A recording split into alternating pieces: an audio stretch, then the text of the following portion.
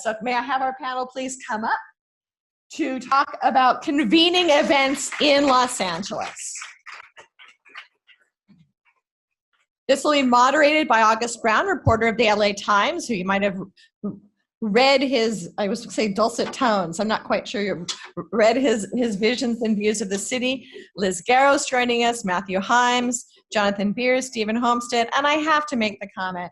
So Nick walked up to me. We met at the February event, and Nick walked up to me and he goes, "You grew up in Los Altos, didn't you?" And I looked at him like, "Yes." He goes, and we know each other from elementary school. Isn't that kind of nuts? And his mom was my part-time volunteer science teacher who taught me half of everything I know. So I'm very glad through this event to reconnect with Nick Hall. But let me turn this over to this fabulous panel.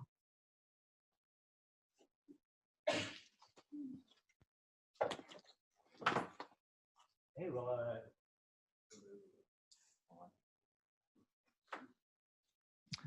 check one, check two. Thanks. Hey, so thanks all y'all for coming out to this today. This is a really interesting and eclectic panel from people of all different aspects of the music industry, and I'm really know a few of them here, and happy to meet the rest of them for the first time on stage here. But looking forward to getting everyone's thoughts on this. So to start, Los Angeles and the music industry in general have been through a lot in the last decade. A lot of big changes, a lot of them good, a lot of them different. And I know a lot of these changes industry-wide and just changes in how the city operates have affected a lot of you personally and professionally. So I'll kind of generally throw it to the panel here. Just talk about how your job or your angle of the music industry has changed in the last 10 years and how you feel like LA's music industry has changed over the last 10 years. And we'll just, I guess, kind of go down the line, whoever wants to go first. Sure.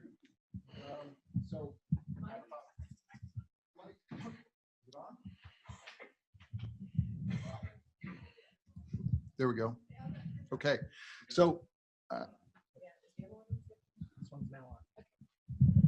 okay. I start by acknowledging that I've really only been in LA for about 13 months. I did a little music programming for CAP UCLA before that, but most of my background is working in Brooklyn at the Brooklyn Academy of Music. I was there, really got active there starting around 2004, 2005, and so watched the whole kind of rise and then evacuation of the kind of indie music scene in Brooklyn, where, and now I followed all those artists out here to Los Angeles. And I would say the biggest and most obvious change to me has been the growth of opportunities in film and TV and what that's meant. And the other thing that we've heard already repeated over and over is the cost of housing and cost of living in Brooklyn and New York literally decimated the music industry there, the creative side of the music industry there. You're up. I've been overseeing and booking 3 clubs in Los Angeles, the Echo, Echoplex, and the Regent for the past 15 years, give or take. Locally, I think the scene is always evolving. You know, people go, "Oh, there aren't any good bands," but there's always great creative stuff going on. I think what's happening now locally is there's a lot more interesting stuff going on. People are mixing genres. 5 years ago, everybody was just being a garage band, but now you're getting hip hop and electronica and jazz and hip hop, and I think that's a lot more diversity. People are experimenting more, and definitely bands are more aware of getting paid by getting syncs in film and TV, which they used to never want to do. And, you know, the industry is always here, just, it's always growing and evolving. I always have felt like there's always, LA always has a good creative culture going on. You just have to find it. Yeah, I'll just, have to highlight on that. Yeah, it's music's always changing. So we just have to embrace that. Like, that's the art. That's how it works, at least in my perspective. So being able to work in music and art, you're always having to adapt and change and find new ways, new technologies.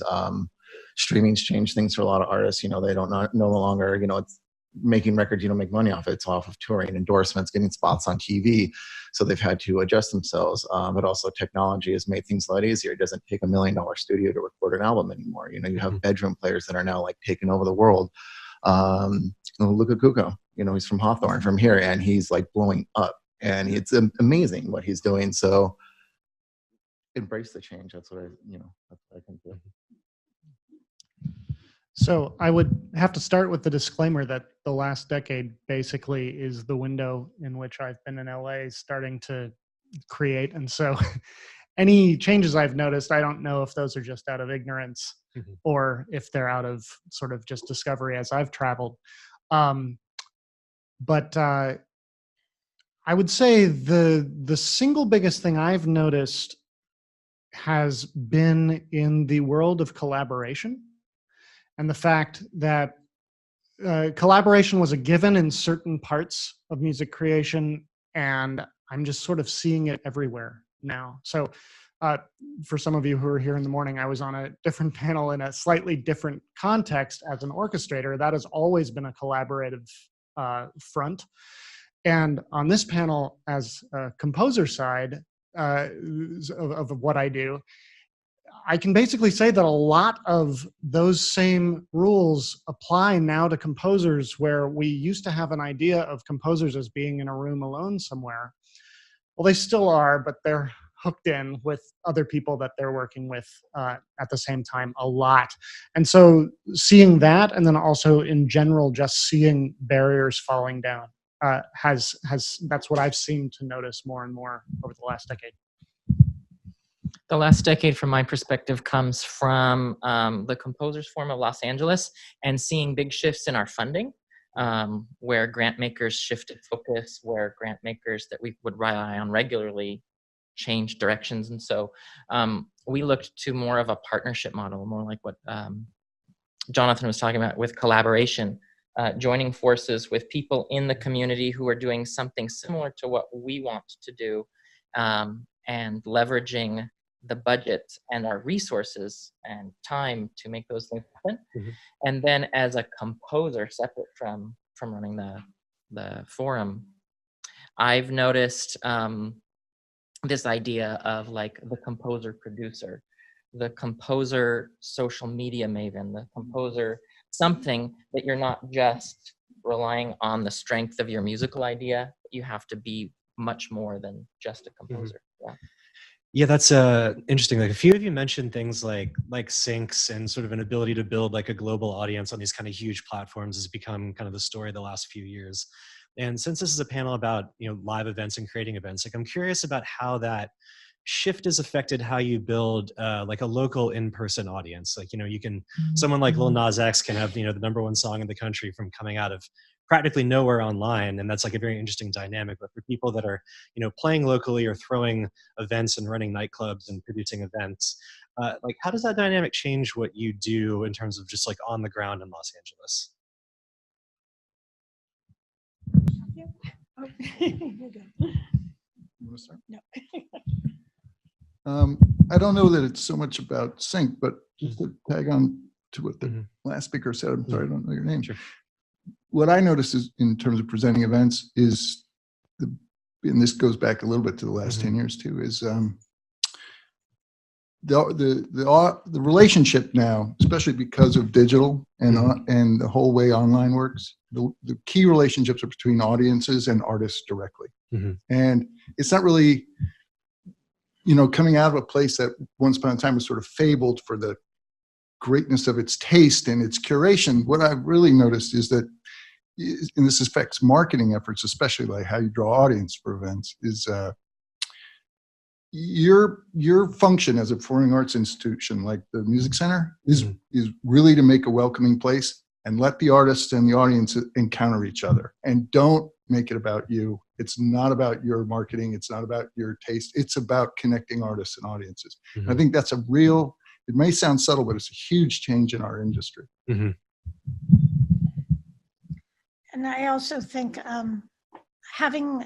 everybody wants an experience now. So it's not just going to a club, having a beer, watching a band. It's like, oh, there needs to be a video premiere and an art installation, and here's your Instagram and your chance to take your photo with the band. It's a lot more interactive between the artist and the audience. And what you're saying is true. As a venue, you really are just kind of providing the space, because it used to be we were the only ones that knew how to reach that band or that manager, but everyone can reach anyone now through social media. So a lot of the secrets have been taken away. but definitely things being much more interactive, more activities going on, specialized merch, and I don't know, bands are smart. They do a lot to entertain their audience. Repeat the question again, Mona. Yeah, just it was about how these kind of the rise of these really kind of global, super fast moving technology platforms have changed the way you produce or kind of create events locally. Just how's the fact that kind of everyone's looking at the same stuff and everyone is accessible and reachable to everybody, how that changes what you do on the ground for your kind of in-person events. One of the things that I've been doing past couple of years working with community events is it's not about my taste and what I want to book. I go out directly to the community and empower them to work with them in collaboration. Or at the Levitt, all our concerts this year, something I'm experimenting with, are co-presented by somebody else. So it's not just me booking all the talent and telling the neighborhood, like, no, this is what you want to see. No, it's me going out to the neighborhood and ask them, what do you want to see? How do you want to be represented? Mm-hmm. And yeah, it's about experiences more. It's not, we don't have those secrets anymore. So it's that direct connection with the talent to the audience. And so having someone from the community speak out a bit about what they want to see and have a genuine, authentic connection to their communities. Mm-hmm. So drawing from that question a little bit, if I can kind of answer part of it, but this challenge of connecting locally when you can connect eternally through a network, it from the creative side, and I'll be curious to see what you think on this, Stephen, but it can be very daunting also, in that you have all this other stuff you're supposed to do in order to connect. And as a creator, you also have to create these sacred spaces where nothing can get in so that you can actually just get the thing done. And where you're not constantly getting feedback from whoever your network of fans or collaborators or whatever it is, the people writing your checks, whatever that is coming in. And I grapple with this a lot, and I actually have a really dumb, it's not even a strategy, it's been a survival mechanism, but as a composer, I've pulled back globally more in the last few years, and I'm not real active on social media, at least for now. And it's not a big stance that I'm taking, but it's a way to refocus on more local stuff. And I'm very big as a composer on experiential music. So the whole experience thing is definitely an element of what I do, but a lot of that is in having interactive music in some way. So I've had a commission from the Pacific Symphony a couple of years ago that was basically an installation. There was a piece at the center of it that was also about people being able to walk around and play around with elements of my electronic piece. And the result of that, though, also through the experiential element of the music, is that I, as a composer, became far less visible. And coming out of sort of like the film TV world, I am super comfortable with that. If I can have an entire career where no one really knows who I am, but they know my music, I'm super happy.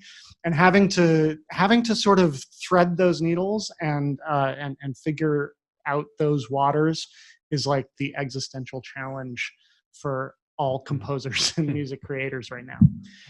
Yeah, I'm definitely curious about how that works in the like classical space, because I think it's something like the Echo Society here, where it's a lot of like site-specific things you're kind of meant to wander from room to room and see it. And then there's a lot of room for people that want to see that music, but it's also maybe a little more challenging to stand out. And when you're up against Drake on Spotify, so like I'm curious how you're like create like kind of must-see elements to contemporary classical in your world. I think when I was looking towards Compose Los Angeles back in February, I was thinking of it in terms of like the local movement of eating. I want to eat orange from our region instead of one that's been shipped up from Chile or something like that. And so thinking about just kind of taking off some of that pressure and just like, I get to reach the local audience with local ensembles. And Celestina Music Society and Bridge to Everywhere are LA local ensembles. And Celestina chose to live stream their portion through Facebook for people that couldn't make it. But it was still a live event, and a lot of their audience came out because they value what they bring, the quality that they bring, and they wanted to experience it live, even though they could have tuned in online. For myself as a composer, I know there are things that I could be doing to like own like a more branded image out in the digital world. I know I'm not doing a great job on Instagram because I'm not using video content, but I just don't have the time. I want to compose. I want to make not just the content, but I want to make my art too. Yeah. All right, well, let's talk about that LA audience in particular. I'm sure all of you will have extremely different answers to this question based on your genres or experiences. But talk about, are there any traits that you kind of see that define an LA audience in particular, and how that differs from other big cities in America or around the world? And how do you kind of see that either like kind of growing or changing, or kind of becoming more so right now? Just what's particular about an LA crowd that you've noticed in your career here?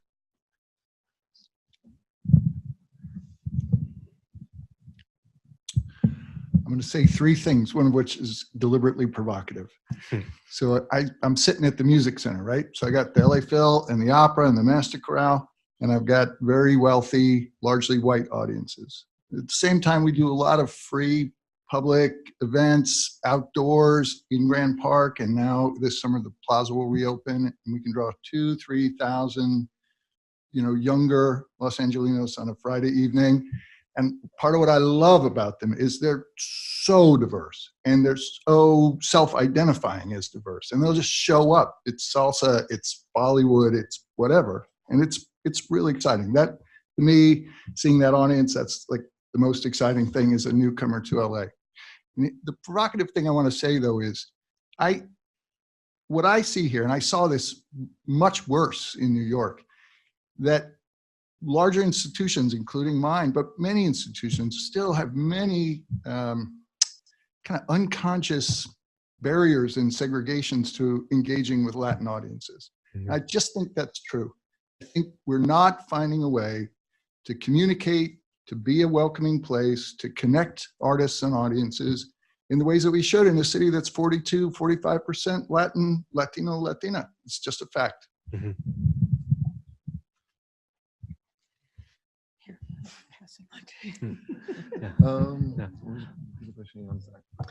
Just in your experience in your career, like do you see any like particular traits to the LA audience, and how do you feel like you're engaging with that, either on your compositions or as a promoter, or just what do you see is particular about this city versus other big ones around the world?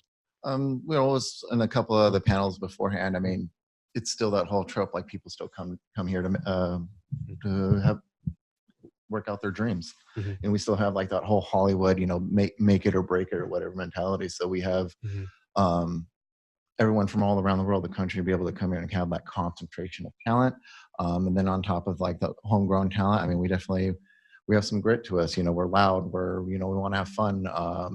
With the Latin communities, like, I think that's definitely a big genre and community that needs a bigger platform. I believe like what Billboard put out an article that it like surpassed country this year as like the #1 selling genre right now. So you're just seeing like that power of that market growing and them taking it for themselves. It's not like they seek out platforms, but they also make those platforms for themselves.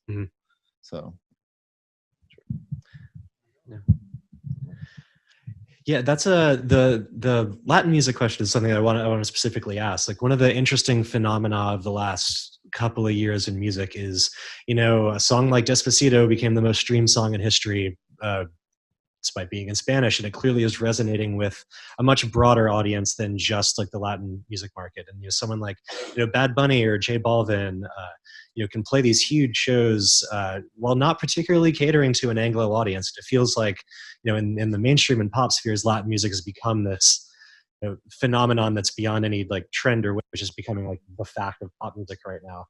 And from each of your perspectives, like, do you feel like there is some kind of, if not flattening, at least like maybe like a growing curiosity about taking, music in other languages or from other places on its own terms? Is that just a reflection of a younger, diverse audience here? Like, what do you think is happening with that? That there seems to be something where global music is like reaching people in a new way that's really different from over the last couple of years. And this is to anybody. I mean, with Latin music, it's music, the universal language. I mean, it's fun, it's upbeat, you move, I think people can just really connect with it.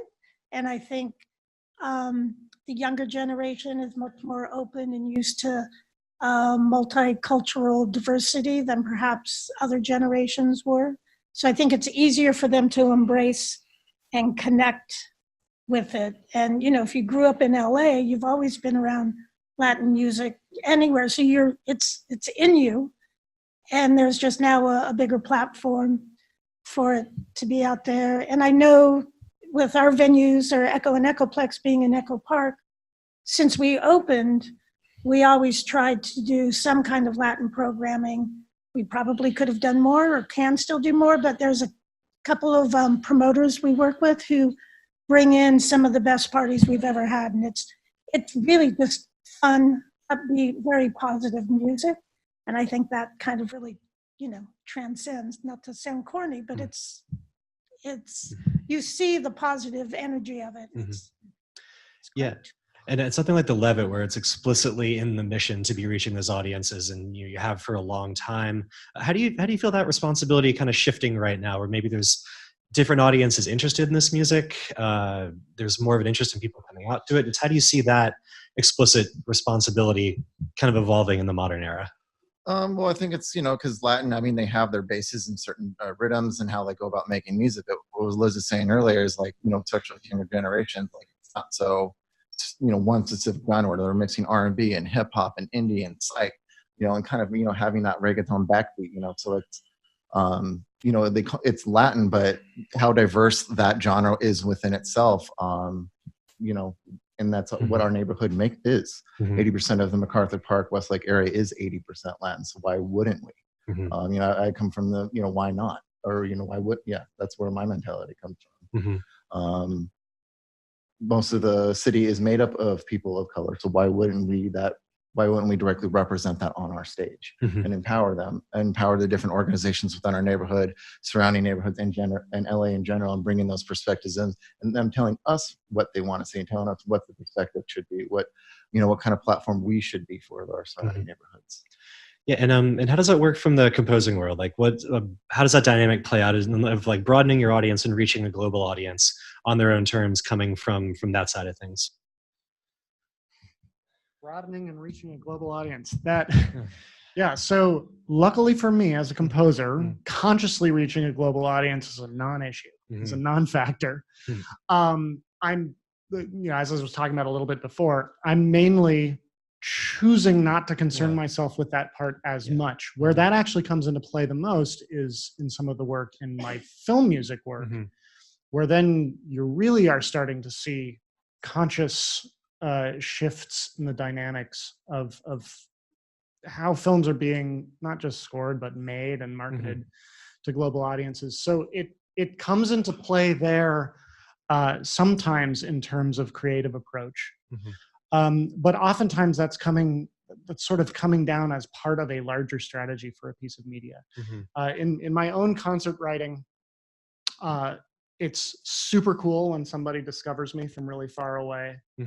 But it's more of an outlying element. I mainly think of myself as a local composer, even though plenty of my work is not tied to a physical space. It is, online, but that is still more of what I'm thinking of, at least consciously. Sure. And just to clarify, like, global didn't necessarily mean like distance, but just like a diverse audience of people from like a lot of different cultures, all of whom have a presence in LA. Yeah, it's just like how do you reach like this really wide variety of people that could have like seem to be having all these like really different interests now, and people just seem very open to different music in a way that and able to find it now. I'm just curious, like from your end of the music industry, like how are you reaching these people, both locally and abroad? Right. Derek Spiva couldn't be on the panel today, but he and I worked on the concert that we helped produce for Compose Los Angeles. And in our discussions, we were talking about what it means to be a composer and what it means to be a music maker. I come from a Western classical tradition, and so that gives me a particular lens. But thinking about what it means to make music, and curating the composers on our like event that we produced, thinking about, well, the LA sound is a global sound, and his ensemble embraces that. His Bridge to Everywhere ensemble that night presented music by Juan Pablo Contreras, who has a background in Latin music, and then Marina Ismail, who has a background in Hindustani music, and then Derek's background, and he bridges Southeastern Asian and West African music from his own personal background. Yeah. Cool. Yeah. So to that effect, and I'm sure all of you have really different answers to this too. What is one particular scene or niche or sound in LA that you kind of find especially exciting right now? And what is one part of the audience that you feel is actually underserved by the way live music is at the moment? Essentially, like what's really exciting to you right now, and like what's something that kind of needs to be paid attention to? I think there's a fair amount of ambient and drone music that's going on has always sort of been there, but I feel like the last year or so it's getting to be more visible. There's the Ambient Church series. Matthew David, who was a DJ on Dub Lab, has music in the parks in Highland Park. He does every other month, and it's kind of electronic beats, but it's also mixed with this really soothing, calming kind of ambient sounds. And I feel like that's a little growing scene that's happening, just minimal electronics, vocals. I'm still learning about it myself, so I can't describe it specifically, but I definitely know there's a scene it's really more in tune with listening, with really just kind of slowing down, putting your phone down, and absorbing the music. So that's interesting and exciting to me, which is the opposite of what I'm normally dealing with, which is rock bands and DJs. So yes, it's good to see the opposite. Yeah, we could all use some calm, soothing music in our lives these days. Exactly. For sure. Yeah. Is that about the rest of you? Like, is there anything that's like you find particularly exciting happening in LA right now? Picking up on what Liz was saying about like beyond just the concert, like a deeper level of listening or a deeper level of experience. I was excited by Synchrony's recent performance where they were running around a park like a flock of birds, and you choose which flock of bird you wanted to be a part of as you move through the space. Yeah. I'm really excited. I really like the global bass scene that's going on. I still think it's pretty emerging here in LA. I think it's a bigger scene over maybe in New York. But what I mean by that is, I guess, like this alternative Latin scene mixing like electronic, hip hop, and indigenous sounds. You see them I booked a couple bands this summer coming in from Colombia, Peru, Argentina, and having them come in and represent these communities that are here in LA, but bring a little bit of home into LA. So I'm really excited for that. And I think the audience, that's probably one of the most underserved in live entertainment, is just women in general. Because we don't provide enough of a big platform to have both on the audience side, audience experiences, to programmers, to musicians themselves. They're definitely literally half our population. Why is it so hard for us to provide a platform for half our population? Yeah, could you elaborate on that a little bit? Like, on one hand, it's like, book more women artists is, one easy answer to that, but it sounds like that maybe goes a little bit deeper. Like, kind of what do you, just elaborate on that. Like maybe like arts education, encouraging young girls to be musicians, to get in technology, I'm both on the programming and the production side.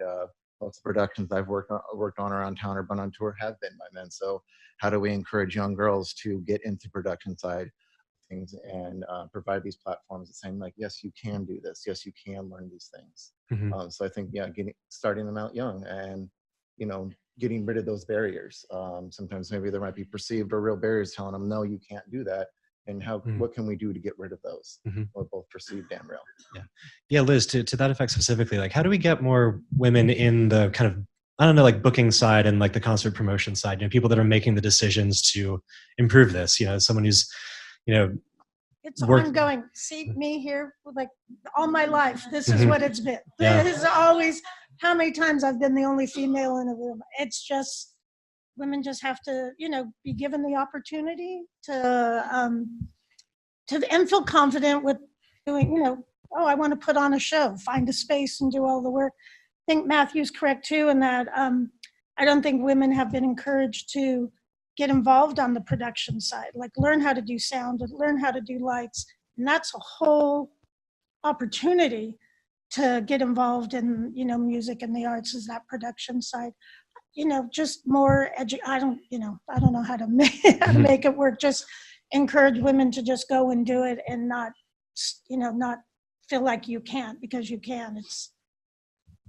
I would just to add on to that, I think, you just have to hire women. They're there.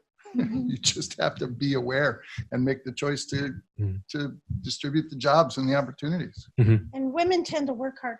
Mitchell, for the longest time, my boss for the longest time, only hired women. And it's because we would all be in the office late working our asses off to get the job done. And, hire women. I think that's a great closing. Great, yeah.